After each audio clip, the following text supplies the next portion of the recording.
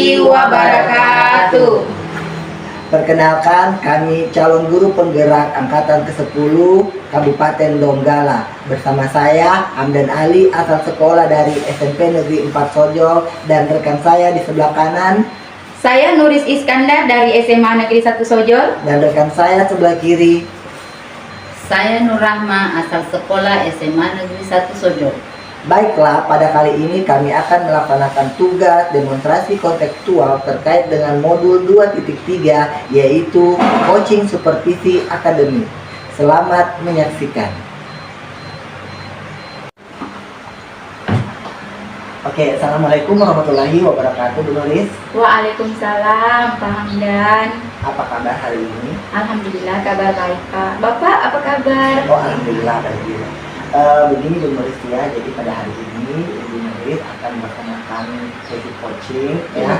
Tentunya dalam kegiatan coaching ini saya selaku observer akan mengamati dan melakukan penilaian. Namun terlebih dahulu saya akan menginformasi kepada Bu Nuris bahwa di dalam coaching ini saya akan mendiskusikan atau menyampaikan tentang beberapa penilaian yang akan saya nilai dan amatan nanti pada saat kegiatan coaching berlangsung. Iya, Pak. Mana dalam penilaian ini ya, saya ini mengamati Ibu apakah dalam percakapan coaching sudah menggunakan penelitian yang sudah sesuai, kemudian bagaimana cara menggali informasi dari si coaching dengan menggunakan pertanyaan yang berbobot dari informasi yang ada, tentunya akan terdapat informasi yang ada ya. Oke, dan perlu diperhatikan bahwa dalam kegiatan coaching kita harus perlu perhatikan prinsip coaching tersebut ya. Oke, seperti menjalin kemitraan, proses kreatif, dan memaksimalkan potensi si coaching. Nah, oke, sebelum kita masuk pada kegiatan coachingnya Ibu, ada beberapa hal yang ingin saya tanyakan. Yang pertama, kompetensi apa yang ingin Ibu kembangkan pada kegiatan coaching nantinya? Kompetensi yang ingin saya kembangkan nanti, Pak, yang mana di sini kehadiran penuh, kemudian pendengar aktif, dan tentunya saya mengajukan pertanyaan-pertanyaan yang berbobot. Oke, baik. Jadi kamu mendengarkan aktif dan mengajukan pertanyaan yang berbobot. Baik Ibu. Dari ketiga aspek tersebut, manakah yang kompetensi yang lebih spesifik yang akan Ibu kembangkan pada kegiatan observasi ini? Yang secara spesifik akan saya kembangkan, Pak, yaitu saya akan menjadi pendengar aktif. Kemudian saya akan menggali dengan kompetensi coach ini dengan mengajukan pertanyaan-pertanyaan yang berbobot. Oke, jadi kompetensi ingin dikembangkan yaitu mendengarkan aktif dan mengajukan pertanyaan yang berbobot untuk si coach. Baik Ibu. Kemudian pertanyaan yang terakhir ya Ibu, terkait dengan indikator tujuan ketercapaian dari kompetensi yang ingin dikembangkan nantinya, apa Ibu? Indikator ketercapaian yang ingin saya capai nantinya, Pak, saat saya telah melakukan coaching, yang mana di sini coachingnya mampu menemukan solusi-solusi dari permasalahan yang ia hadapi. Oke, jadi indikator ketercapaiannya yaitu si coaching mampu untuk Menemukan solusi solusinya, dari Pak. permasalahan yang ada. Iya. Baik Ibu, cukup sekian dulu untuk pertanyaan atau informasi awal dari kegiatan kita di buka observasi ini. Nanti setelah Ibu melakukan observasi, tentunya saya akan bergabung dengan Ibu dan kita akan bertemu kembali lagi pada kegiatan pasca observasi. Baik, Pak. Oke, terima kasih atas waktunya Ibu. Silakan dilanjutkan untuk kegiatan observasinya. Baik, Pak. Terima kasih juga atas waktunya. Assalamualaikum warahmatullahi wabarakatuh. Assalamualaikum Ibu Rahma. Waalaikumsalam, Bu Nuris. Apa kabar hari ini, Bu? Alhamdulillah sehat. Ibu sendiri bagaimana? Alhamdulillah sehat dan tentunya selalu bahagia. Saya dengar ini ada ya sedikit masalah di kelas. Iya, betul Bu. Ibu punya waktu. Iya, alhamdulillah. Saya sudah mengajar tadi di kelas, jadi bisa mendengarkan Ibu berbicara. Apa tujuan yang akan Ibu capai nanti setelah kita melakukan pembicaraan ini? Jadi saya tujuan dari pembicaraan kita hari ini Bu, saya ingin membantu siswa saya yang pada saat saya mengajar di kelas 10 Kaliolani ada 2 orang siswa saya yang bermain pada saat proses pembelajaran berlangsung. Oh iya. Apa rencana Ibu agar siswa tersebut dapat mengikuti pembelajaran dengan aktif? Rencana yang saya akan lakukan yang pertama adalah saya akan memanggil kedua siswa saya untuk menanyakan perihal tentang apa yang mereka lakukan di kelas tadi.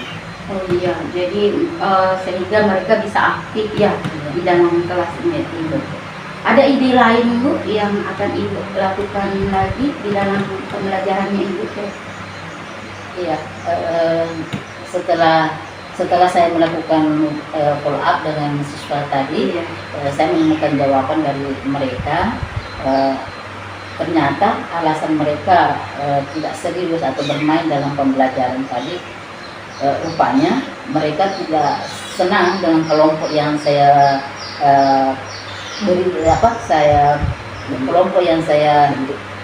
kelompok yang saya bentuk untuk dia. Dan selain itu dia juga tidak aktif ya di dalam kelas. Tidak aktif di dalam kelas. Jadi dari ceritanya Ibu akan melakukan perubahan. Jadi perubahan apa yang akan Ibu lakukan di kelas? Ya, rencananya saya ingin melakukan perubahan. Salah satu yang ingin saya lakukan adalah untuk bisa mengaktifkan semua peserta didik, karena sayang juga kalau ada hanya sebagian kecil saja anak-anak yang aktif, padahal mereka tujuannya ke sekolah kan ingin datang belajar. Memang betul ya Bu, kita yang mana di sini harus membuat perangkat ajar agar menarik bagi mereka dan mereka betah dan kelas. Untuk dapat melakukan perubahan ke arah yang lebih baik, apa Ibu punya ide yang ingin dilakukan? Iya, ide yang saya ingin lakukan yang pertama adalah tentu saya ingin lebih meningkatkan kompetensi saya melalui pertemuan, baik itu pertemuan kayak semacam seminar atau diklat secara online atau offline, dan juga aktif di dalam kegiatan MGMP maupun komunitas belajar.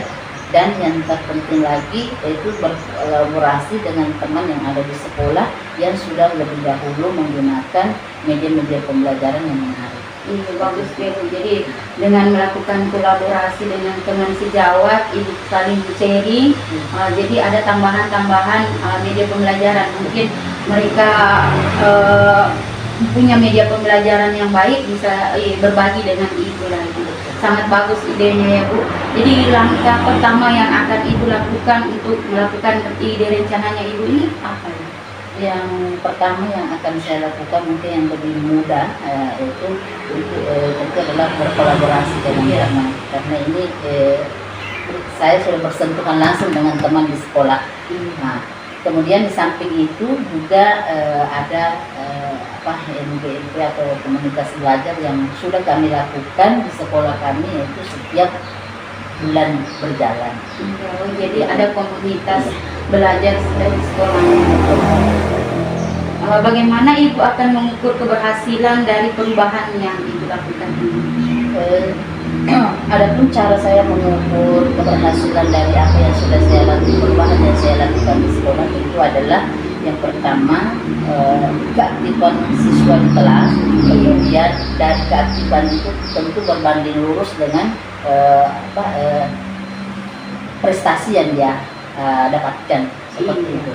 Jadi dengan melihat mereka aktif sudah di dalam kelas, berarti Ibu sudah dapat mengetahui bahwa media yang Ibu gunakan ini dengan memilih gaya belajar mereka memang sudah tepat sekali ya Bu. Oke, jadi bagaimana perasaan Ibu setelah kita melakukan coaching?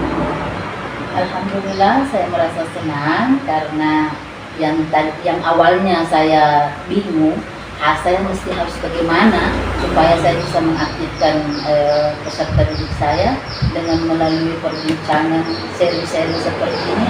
Rupanya saya sendiri juga yang menemukan solusi atas permasalahan saya. Jadi saya bersyukur sekali Ibu sudah bisa meluangkan waktu untuk saya. Iya, jadi dukungan dari mana saja yang dibutuhkan untuk mencapai rencana pembelajaran ini tadi.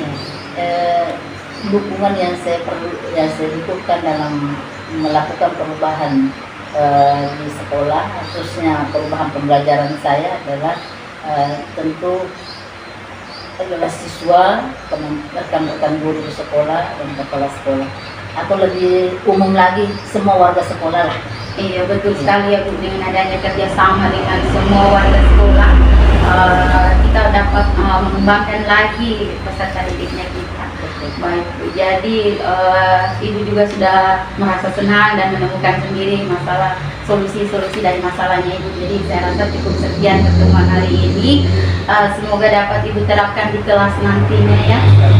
Dan kita bisa kembali berbincang-bincang tentang pengalaman-pengalaman Ibu lagi di kelas ya.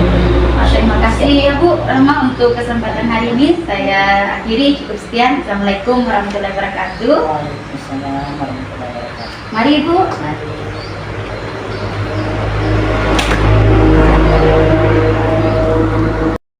Penulis, setelah tadi kegiatan observasinya, coachingnya sudah dilakukan ya, saya sudah mengamati dengan baik, dengan seksama kegiatan coaching yang Ibu lakukan ya.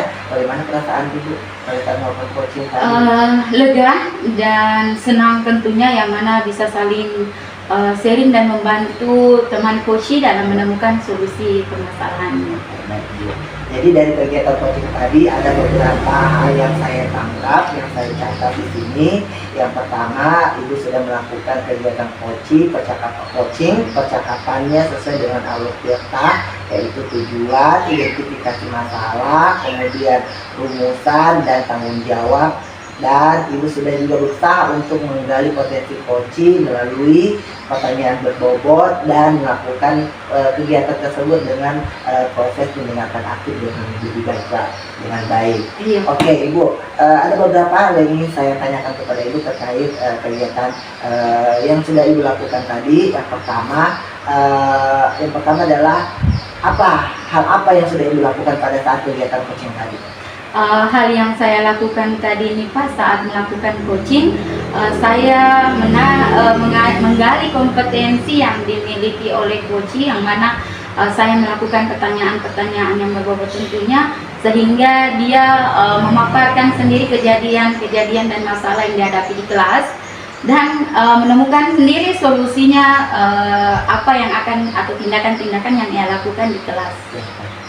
Dan saya sudah menggunakan alur tirta, yang mana saya menggali tujuan dari percakapannya ini, kemudian datanya, identifikasi, kemudian saya rumuskan masalahnya, dan kita mengambil dari hasil pembincangan kami tadi. Oke, baik.